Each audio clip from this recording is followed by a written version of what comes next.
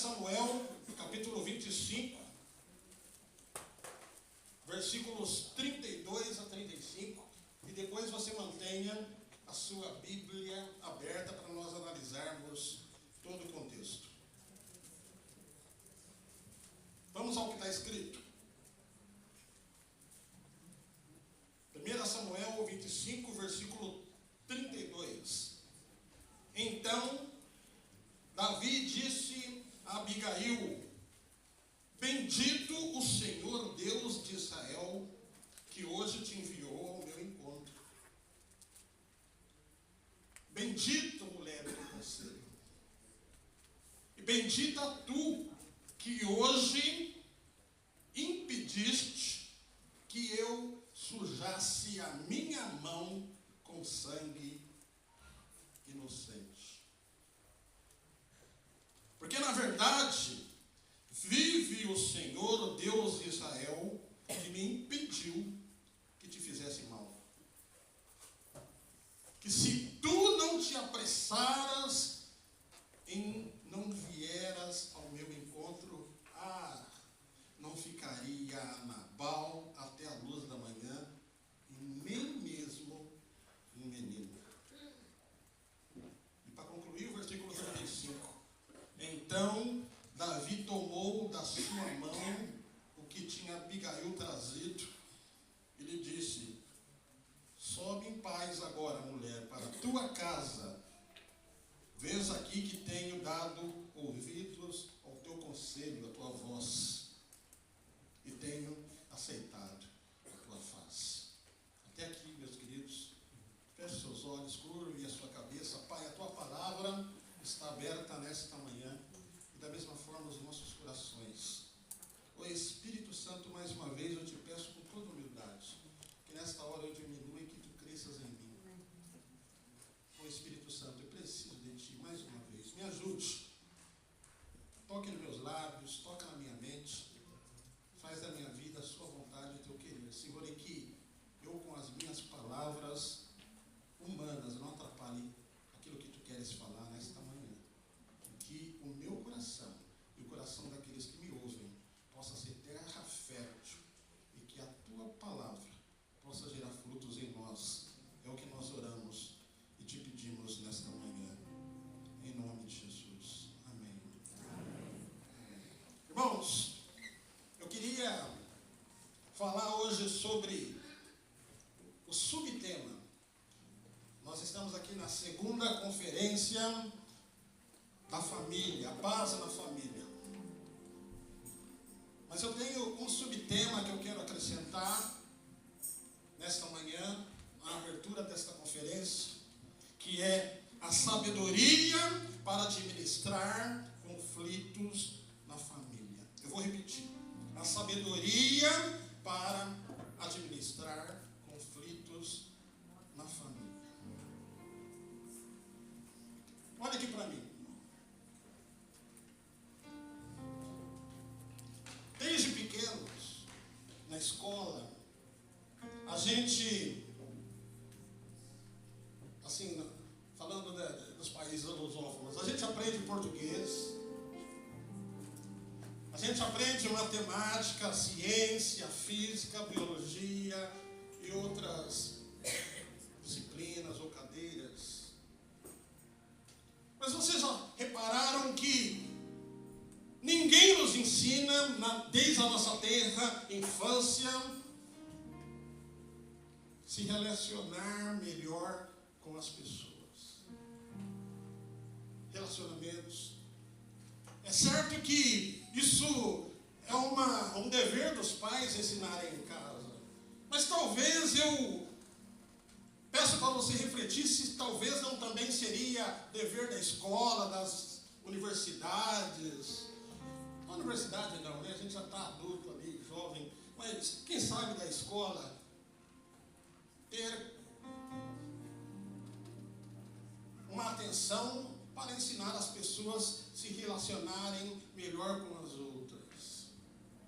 Porque, deixa eu te dizer uma coisa, uma das coisas mais difíceis que nós estamos a lidar nesse tempo presente que nós estamos vivendo, são os relacionamentos. Percebam, nós estamos com 2 países em guerra: Rússia e Ucrânia, Israel e Palestina. Há dias atrás houve um pequeno conflito também entre a Índia e o Paquistão. E por que tudo isso? Porque nós estamos vivendo um dos momentos mais difíceis, que é quando nós falamos na questão dos relacionamentos. E dentro de casa, então, meus irmãos, nem se fala. Nem se fala. Quantas histórias nós conhecemos de pais que não falam com os filhos? Filhos que não falam com os pais? Maridos e esposas que perderam o diálogo dentro de casa? Parentes que não se veem, não se encontram? Nós estamos, meus queridos irmãos, inseridos num mundo onde o que mais falta é bom senso. Há estupidez por toda parte. Há estupidez em casa. Há estupidez na família. Há estupidez na universidade. Há estupidez no nosso ambiente de trabalho.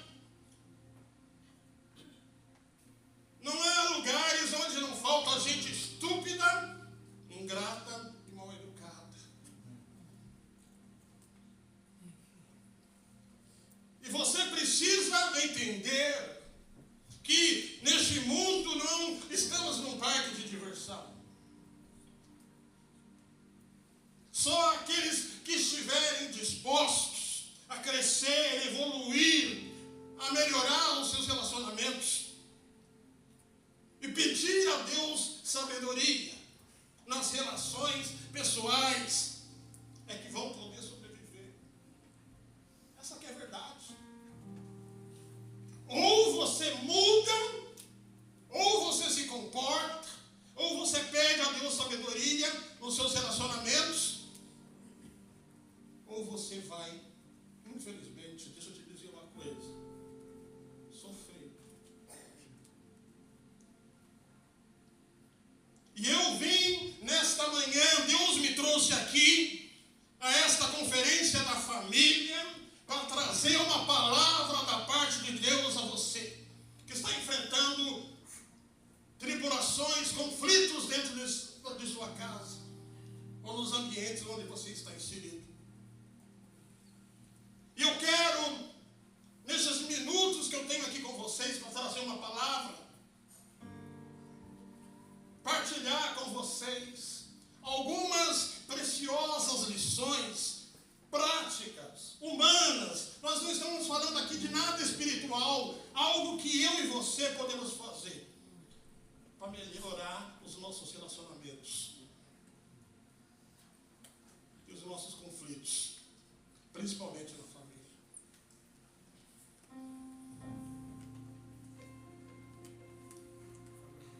Portanto, sabedoria para administrar conflitos na família.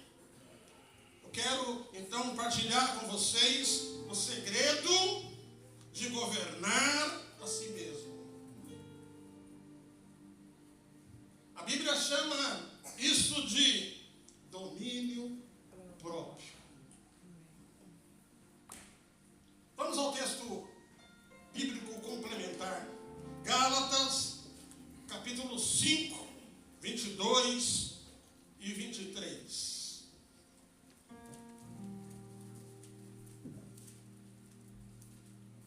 Está projetado aqui também. Vamos lá. Mas o fruto do Espírito Santo é o amor, a alegria, a paz, a paciência, a amabilidade, a bondade, a fidelidade, a mansidão. Em algumas versões diz a temperança, ou seja, o equilíbrio. E nas versões atualizadas, o domínio próprio. Eu fui ao dicionário buscar a definição de domínio próprio. Lá está escrito que o domínio próprio significa aquela pessoa que consegue dominar os seus impulsos, aquela pessoa que consegue controlar os seus atos e as suas emoções. Deixa eu te dizer uma coisa: quem tem domínio próprio, que é um dos frutos do Espírito Santo, a Bíblia diz que pode-se considerar-se uma pessoa sábia, uma pessoa inteligente, uma pessoa de bom senso. E deixa eu te dizer uma coisa, meu irmão. Ao sair daqui, nós vamos orar depois. Eu gostaria que você refletisse quando voltar para a tua casa, se lhe falta algum desses frutos do Espírito Santo que nós relatamos e que está postado aqui. E deixa eu te dizer uma coisa: se lhe falta, faça alguma coisa. Tá bom? Mas eu acrescento então mais uma palavra nessa manhã: sabedoria. Às vezes, é nas crises, nos momentos de pressão, que deve entrar a sabedoria. Nós precisamos pedir a Deus nesta manhã sabedoria. Responda comigo: sabedoria. Sabedoria. Uma pessoa sábia é a pessoa aquela que sabe administrar as suas emoções. Uma pessoa sábia é o quanto você se controla, o quanto você consegue administrar uma situação, um conflito, para aplicar a dose certa do remédio. O remédio, na medida certa, pode curar uma dor, uma enfermidade. Sabe, aquela dor de cabeça, aquele mal-estar. Às vezes um simples comprimido é o suficiente para curar uma dor. Mas deixa eu te dizer uma coisa: se você tomar a caixa toda do remédio acima da dosagem certa, isso pode matar uma pessoa. É ou não é verdade? Portanto, pessoas sábias têm habilidade para negociar acordos. Pessoas sábias vão sempre procurar a paz e não a guerra. E tudo isso vem da sabedoria. A sabedoria, meus queridos irmãos, não está relacionada ao sexo, não está relacionada à cor, não está relacionada à condição social de uma pessoa ou financeira. A sabedoria não se compra, não está relacionada à formação. Existem pessoas com 4, 5 faculdades que não têm sabedoria. A sabedoria não está nos livros, porque senão seria fácil, construiríamos uma biblioteca em casa, pronto, todos seriam sábios, mas não está nos livros. A sabedoria não está relacionada ao dinheiro. O milionário pode ficar da noite para o dia completamente pobre e miserável. Um herdeiro pode destruir em alguns anos a fortuna construída pelos pais. Um jovem pode ter nascido nas favelas ou nas barracas, num país de terceiro mundo, mas apesar das suas condições, ele pode tornar-se um mega empresário, uma pessoa com uma carreira cheia de sucessos e realizações, se ele for uma pessoa sábia. Vamos ao texto bíblico que nós propomos nesta manhã. O texto começa, nós fizemos a leitura do fim de uma situação de conflito que terminou em paz. E agora, eu gostaria de partilhar compartilhar com vocês como é que aconteceu tudo isso. O texto, o irmão pode projetar aí, de 1 Samuel 25, a partir do versículo 2, conta a história de Abigail, seu marido Nabal e Davi. Nós estamos falando aqui de um tempo que Davi ainda não tinha assumido o trono de rei de Israel. Ele estava sendo perseguido por Saul, andando como nômade no deserto. Ele tinha formado um exército de mais de 400 homens. E Abigail era esposa de Nabal e vivia numa época em que as mulheres não tinham a oportunidade de escolher os seus maridos. E os casamentos eram costumeiramente arranjados pelos pais. E o versículo 2 e 3 começa dizendo que havia um homem chamado Nabal. A Bíblia diz que a sua mulher era Abigail. E ela era uma mulher de bom entendimento. Nós estamos aqui no versículo 3. Porém, a Bíblia descreve Nabal como um homem duro, maligno em obras, e era da casa de Caleb. Algumas versões dizem que ele era tolo. Interessante, meus irmãos, que Nabal era da linhagem de Caleb, de uma linhagem de fé, descendente de Caleb. Mas interessante que isso não ajudou muito ele, não. A Bíblia diz que ele era duro, um homem complicado, um homem difícil, de personalidade difícil. E a Bíblia, então, dá duas informações sobre ele, no capítulo 2 e depois o 3. A Bíblia diz que ele era muito rico. Talvez um pecuarista em seu tempo, um criador de ovelhas, um grande rebanho. Mas ela também informa que ele era tolo, que era rude, era de uma personalidade difícil, desprovido de bom senso. E esse relacionamento de Nabal refletia nas suas relações pessoais. Pensa numa pessoa rude, grossa, mal agradecida. E deixa eu te dizer uma coisa: a tolice, a falta de bom senso, não escolhe condição social. Uma pessoa necessariamente tola não é porque ela tem dinheiro. E nenhuma pessoa sem dinheiro é necessariamente uma pessoa sábia. Mas o interessante é que a prosperidade e a riqueza de Nabal não fez dele um homem sábio e tratável. Deixa eu te dizer uma coisa. Quero fazer uma observação aqui. Eu vim aqui falar de sabedoria. Eu não vim aqui causar uma guerra de sexo entre homens e mulheres para descrever quem é mais tolo e quem é mais sábio. Sabe por quê? Porque em Provérbios 14, versículo 1, diz que a mulher sábia edifica a sua casa e a tola destrói com as próprias mãos.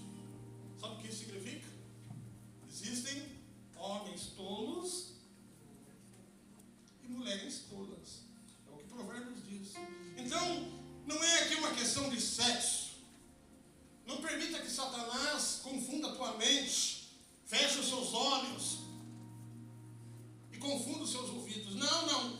Eu vim falar aqui de sabedoria. Tolos e tolas existem dos dois lados. E se você quiser hoje fazer um exercício, você pode inverter. Coloca Abigail no lugar de Nabal e Nabal no lugar de Abigail. Você vai ver que vai dar na mesma. Nós vimos falar de sabedoria para administrar os conflitos da família. Mas vamos lá, continuando no texto. A partir do versículo 25, capítulo 15 e 16,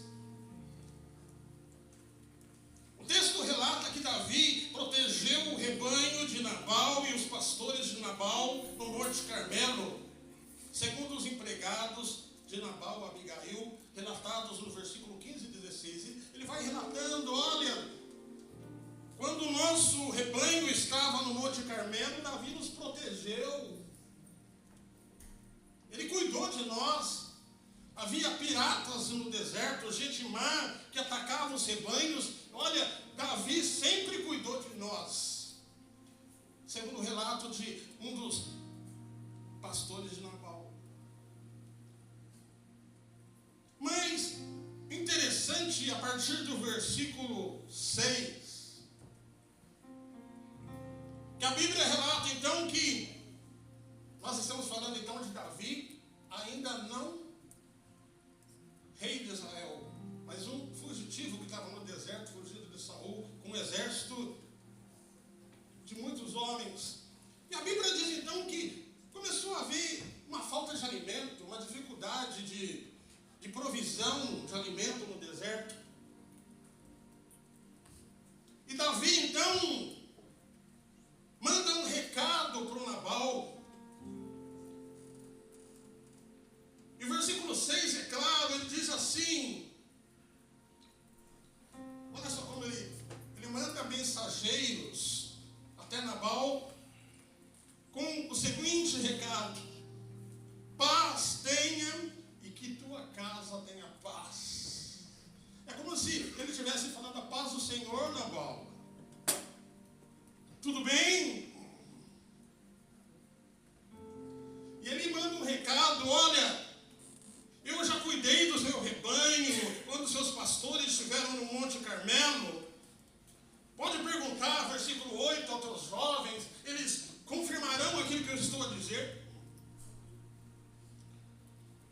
E Davi, então, pede a Nabal algumas ovelhas para fazer um churrasco, para que ele pudesse dar de alimento aos seus soldados num período de escassez por um tempo. Ele não está pedindo o rebanho todo de Nabal, ele está pedindo algumas ovelhas para o sustento dos seus homens.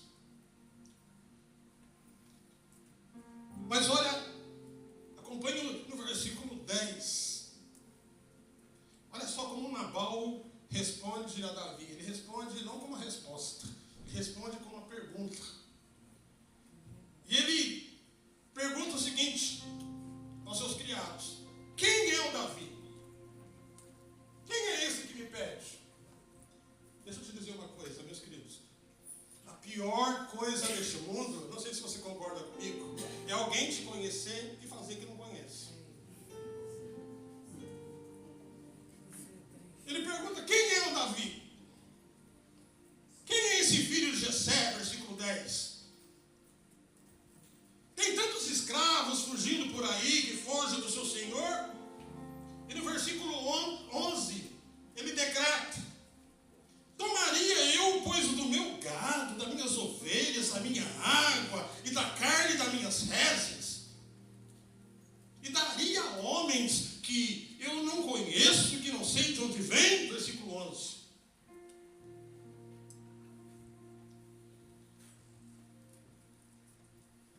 Olha que coisa interessante, pastor Elton. Davi vai todo educado. Pai seja sobre essa casa. Davi está sendo educado com ele.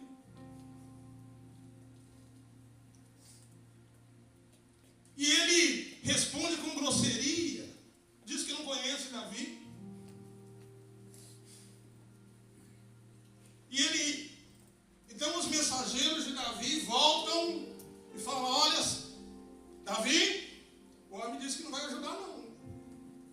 Ele não vai dar não. A Bíblia diz então, versículo 13, que Davi fica furioso, bravo, nervoso, com sangue nos olhos. E ele, versículo 13, fala para alguns do seu exército: coloquem a espada. E cada um cingiu a sua espada, versículo 13. E cingiu também Davi a sua. E subiram 400 homens. E Davi declara guerra contra Nabal.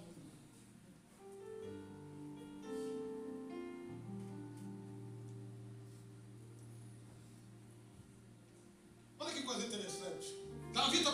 pedindo o rebanho de Nabal? Não. Ele está pedindo algumas ovelhas para sustentar o seu rebanho.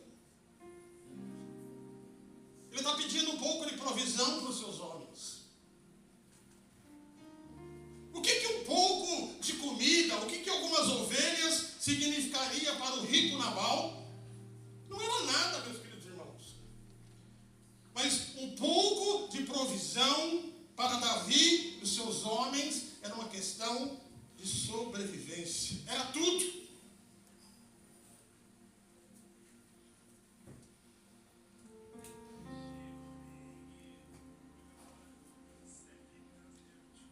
Deixa eu te dizer uma coisa, trazendo essa mensagem para o tempo de hoje. Tome muito cuidado com a forma de você se expressar.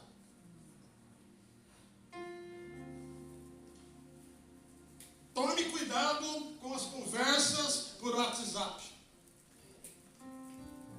Meu Deus. Meus queridos irmãos, a língua portuguesa é uma das mais complexas do mundo.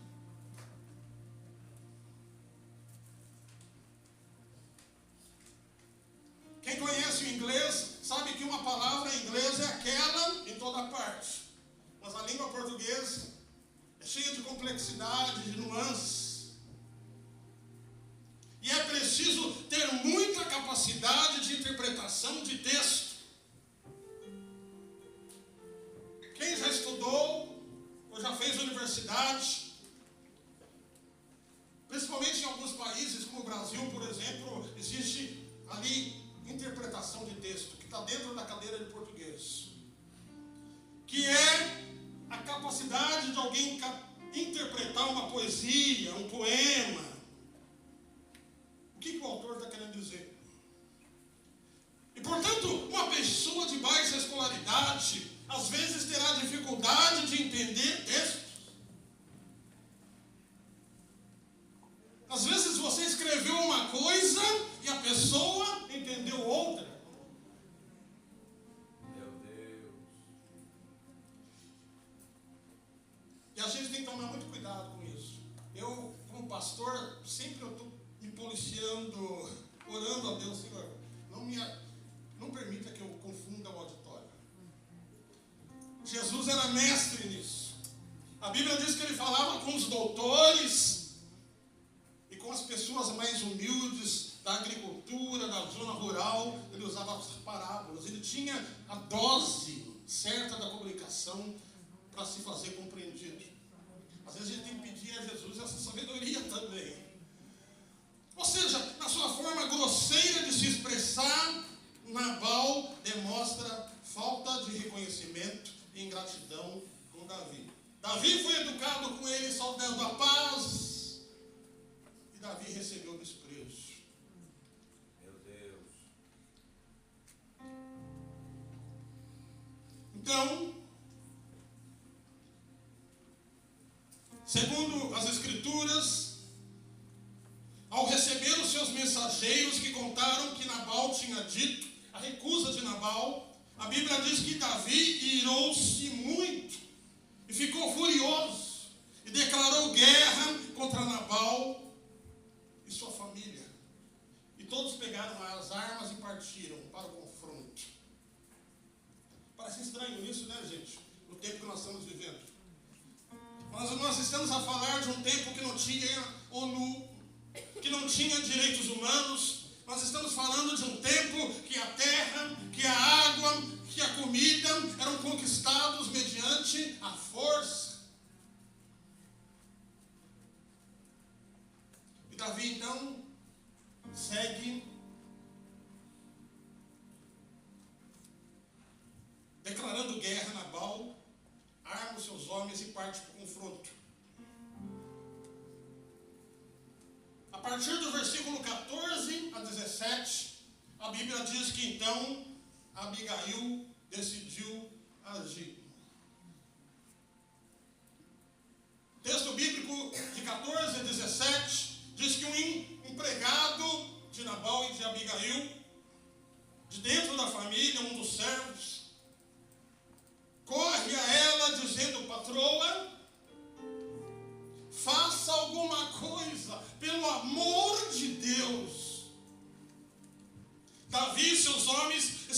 caminho e pretendem atacar a nossa fazenda.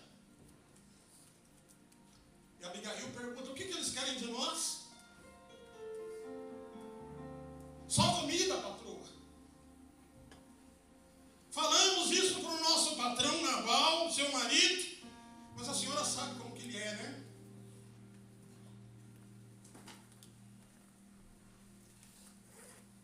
Deixa eu te dizer uma coisa, mulheres. Um homem com fome é complicado. Davi, os seus homens estão com fome, é complicado.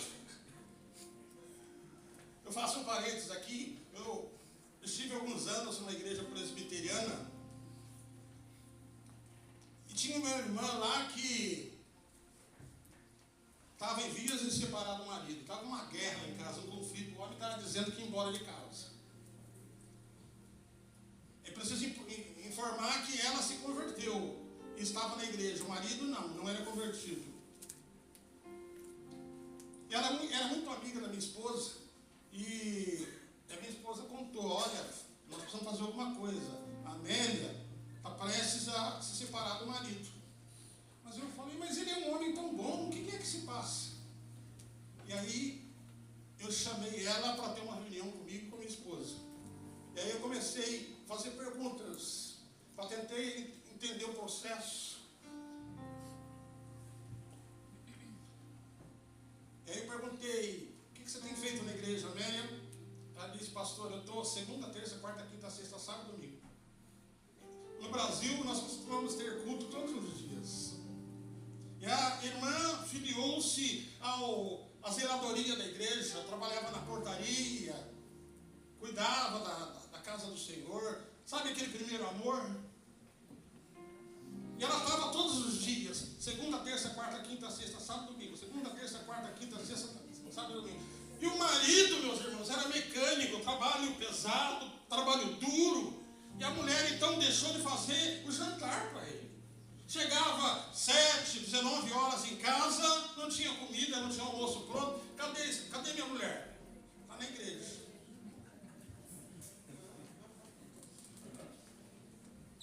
Homem com fome é um problema. O homem queria largar da mulher. Não era falta de amor, não. Eles eram um casal já com uma certa idade, estavam mais de 30 anos casados. Aí eu comecei a diagnosticar o problema. Foi fácil resolver. Irmã, eu sei que você ama a casa do Senhor. Eu sei que você, se pudesse, estaria aqui todos os dias. Mas, maneira.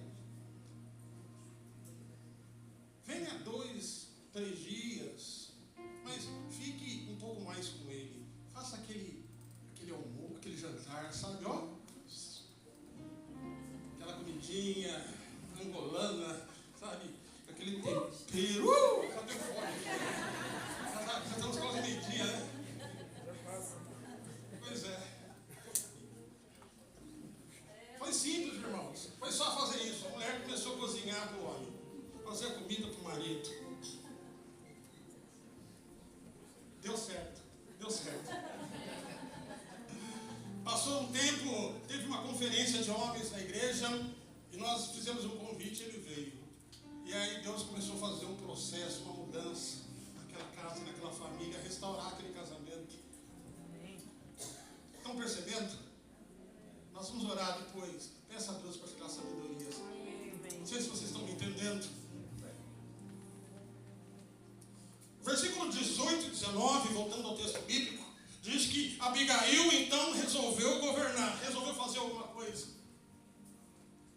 Abigail resolveu governar a crise. E esse texto eu quero ler com vocês. Versículo 18. Diz: então Abigail se apressou e tomou 200 pães, 2 odres de vinho, 5 ovelhas guisadas, 5 medidas de trigo tostado, 100 cachos de passas de uvas, 200 passas de figos passados, e os pôs sobre os jumentos, e mandou. E disse aos seus jovens: vão diante de mim, e eu vos seguirei de perto.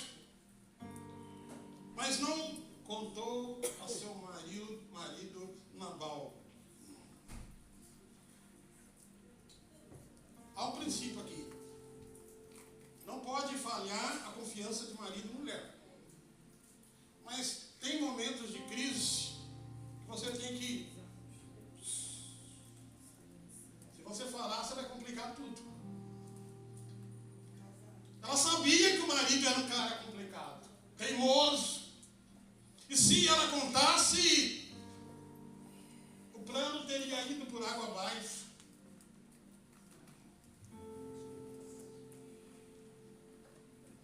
E ela então manda a comida. O problema não é comida? Manda a comida. Ela assumiu as negociações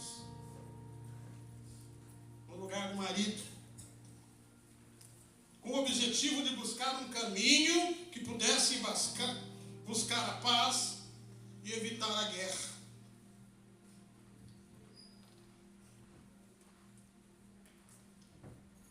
É desse tipo de gente que nós estamos precisando.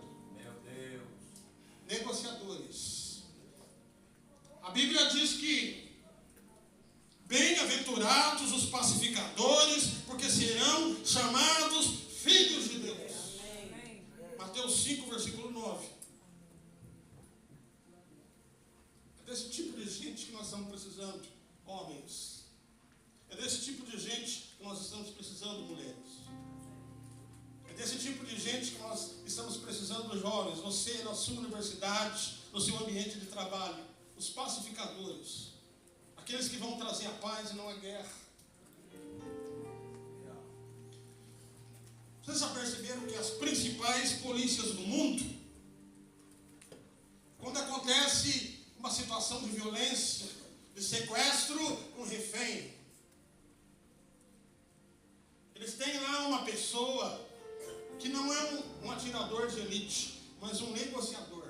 É uma pessoa que, antes de que a polícia precise atirar, eles mandam um negociador para negociar um acordo, uma solução, para que aquele conflito não acabe em violência. Como é importante pessoas com esse bom senso.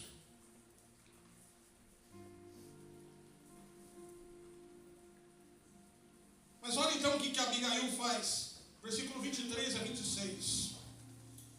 Ela usa toda a sua sabedoria. Ela se inclina. Primeiro ela manda a comida na frente e alguns servos. E ela dá um recado e diz o seguinte: vão na frente que eu vou atrás. E depois ela vai, ela parte. E a Bíblia diz, a partir do versículo 23 e 26, que ao chegar diante de Davi, ela se prostra, ela se inclina. Ela assume a culpa do marido, irmãos, acreditem nisso. Está escrito aqui no versículo 23 a 26. E ela demonstra conhecer o futuro de Davi e que ele seria rei de Israel, que ele seria um escolhido de Deus e que ele não deveria pagar a Nabal com a mesma moeda. E ela então se prostra, assume a culpa do marido. Isso está no versículo 24. E lançou aos pés de Davi e diz: ah, Senhor meu, minha é a culpa, minha seja a transgressão do meu marido. Deixa, pois, falar a tua serva aos teus ouvidos. Ouve as palavras dessa sua serva. Versículo 25: meu Senhor, não faça deste homem de Belial, a saber, o meu marido Nabal, impressão no seu coração. E a loucura está com ele. E eu, tua serva, não vi os jovens do meu Senhor, porque se tivesse visto, eu teria feito alguma coisa. Versículo 28. Perdoa, pois, essa tua serva, essa culpas o marido como se fosse dela.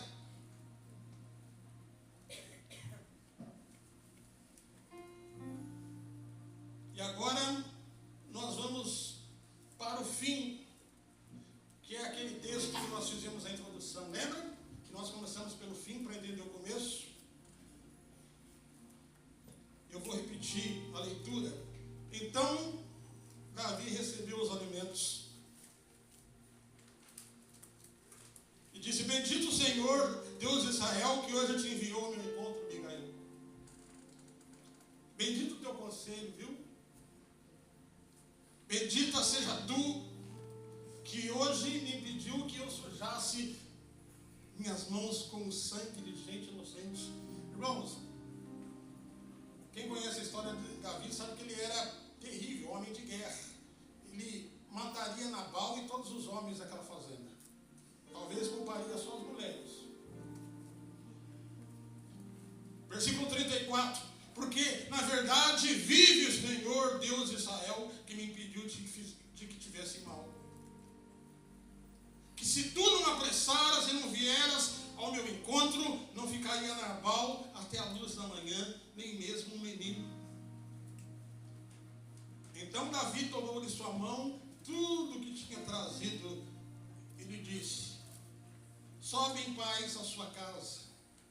Vês aqui que tenho dado ouvido ao teu conselho e a tua voz, e tenho aceitado a tua face.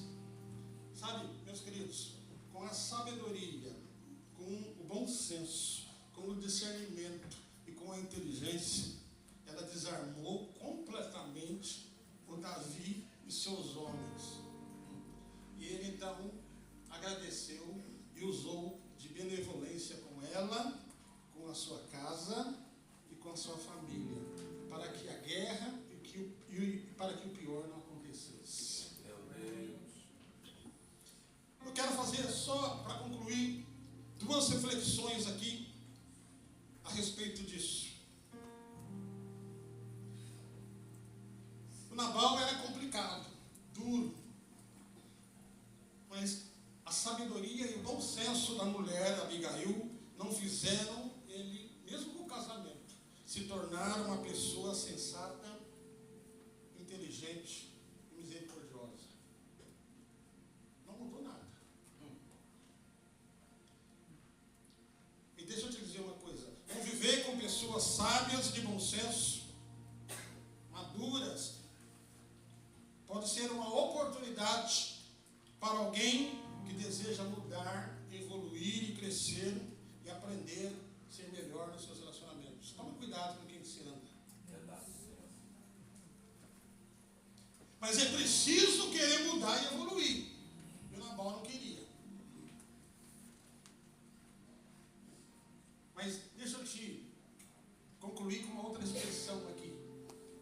A riqueza, a maldade e o coração duro de Nabal não fizeram Abigail se tornar uma pessoa fútil, grosseira, tola e mal educada como ele.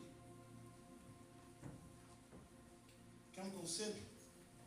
Não deixe ninguém acabar com a sua essência. Meu Deus.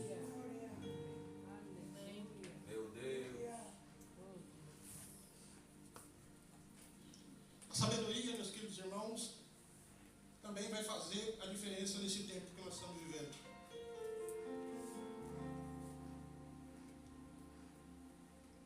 Na faculdade, você é jovem, todo dia você vai encontrar um estúpido ignorante lá, um professor, um aluno, um colega, um ambiente de trabalho, dentro de casa, na família. Me permitam, com todo respeito, até na igreja, porque nós somos uma comunidade de gente, de pessoas. Não me pergunte, foi Jesus que nos orientou: aonde estiverem 2 ou 3 reunidos em meu nome, ali estarei. A igreja é uma comunidade de pessoas, e aonde tem gente é complicado. Cada um tem uma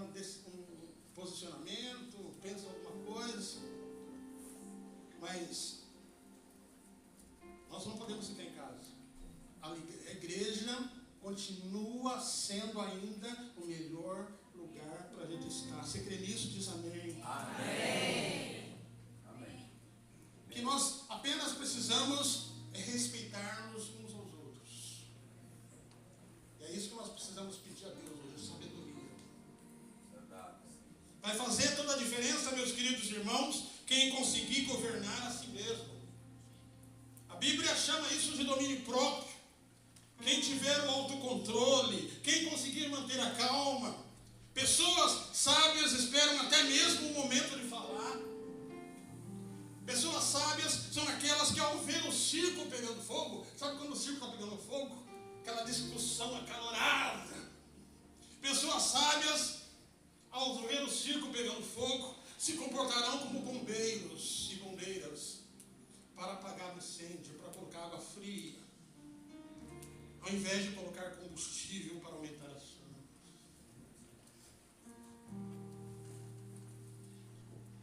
Eu concluo com o versículo que nós já lemos, Mateus capítulo 5, versículo 9. Bem-aventurados os pacificadores, porque serão chamados filhos de Deus. Nós vamos orar agora.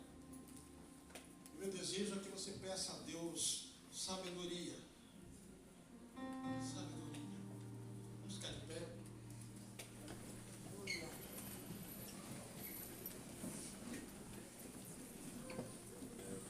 Feche seus olhos. Curve sua cabeça.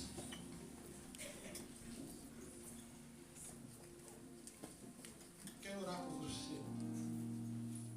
Feche seus olhos. Pergunta que eu te faço nesta manhã. Você que chegou aqui, eu não conheço a sua situação, não sei de onde você veio, não sei o seu nome, mas eu quero te dizer uma coisa: Deus te conhece. Nós vamos fazer uma oração agora.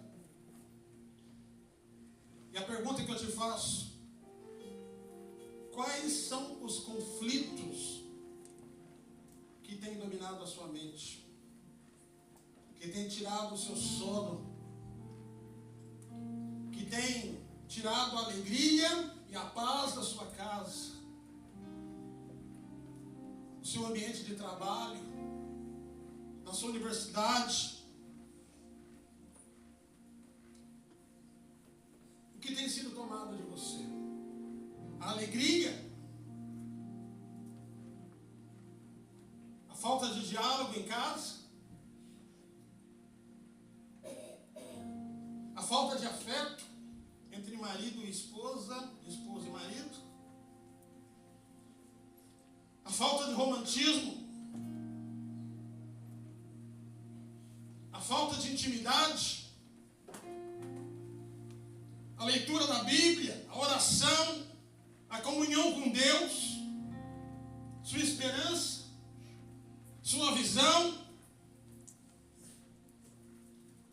O que você precisa resgatar de volta nesta manhã? É o que Deus pergunta através da minha boca.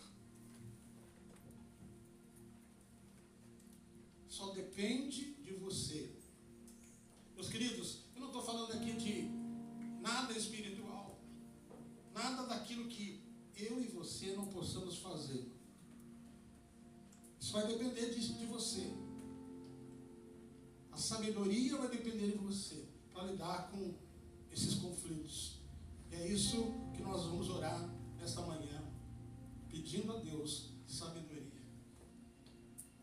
Pai, muito obrigado pela sua santa e bendita palavra, que nos encoraja a prosseguir. Oh Deus, nós invocamos a tua presença nesta manhã sobre as nossas vidas. Eu oro de uma forma muito especial pelas famílias desta igreja.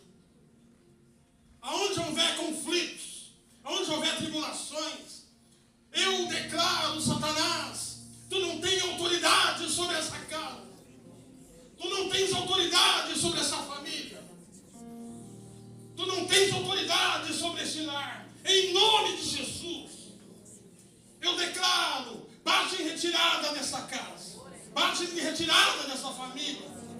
Este casamento não é teu. Eu consagro os casamentos desta casa, desta comunidade. Nós não vamos perder o terreno. Em nome de Jesus. Em nome de Jesus. Em nome de Jesus. Em nome de Jesus. E te pedimos sabedoria para este povo. Te pedimos sabedoria para esta geração. Te pedimos sabedoria para os homens e mulheres dessa casa. Te pedimos sabedoria, Senhor, para as mulheres, para os jovens. Senhor, pedimos sabedoria para a liderança dessa igreja. Pedimos sabedoria ao pastor Helder e a esposa que estão na direção desse trabalho. Em nome de Jesus. É o que nós pedimos, oramos e agradecemos. Em nome de Jesus.